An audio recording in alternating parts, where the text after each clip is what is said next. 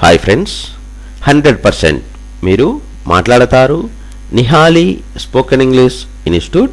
ఈ వీడియోలో మనం అండ్ గురించి తెలుసుకోబోతున్నాం. అందరికీ ఓ చిన్న విన్నపం అండి. ఈ వీడియో కనుక మీకు నచ్చినట్లయితే లైక్ చేయండి, షేర్ చేసుకోండి. షేర్ చేయడం వల్ల ఇంగ్లీష్ రాని ఎంతోమందికి నిహాలి స్పోకెన్ ఇంగ్లీష్ని పరిచయం చేసిన వారు అవుతారు. మా ఛానల్ని మీరు మొట్టమొదటిసారిగా చూస్తూ ఉన్నట్లయితే తప్పకుండా సబ్స్క్రైబ్ చేసుకోండి.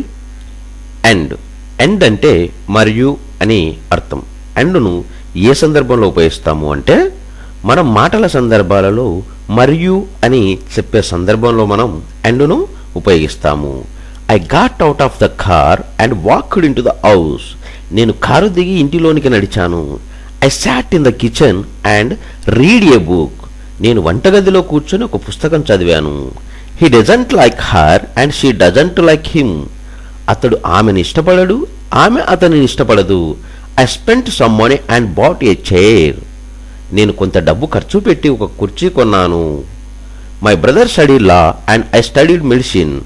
నా సోదరుడు లా కోర్సు, నేను మెడిసిన్ చదివాము.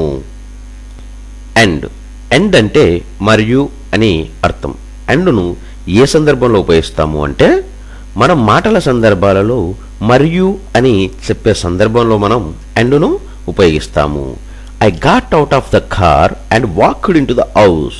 నేను కారు దిగి ఇంటిలోనికి నడిచాను. I sat in the kitchen and read a book. నేను వంటగదిలో కూర్చొని ఒక పుస్తకం చదివాను. He doesn't like her and she doesn't like him.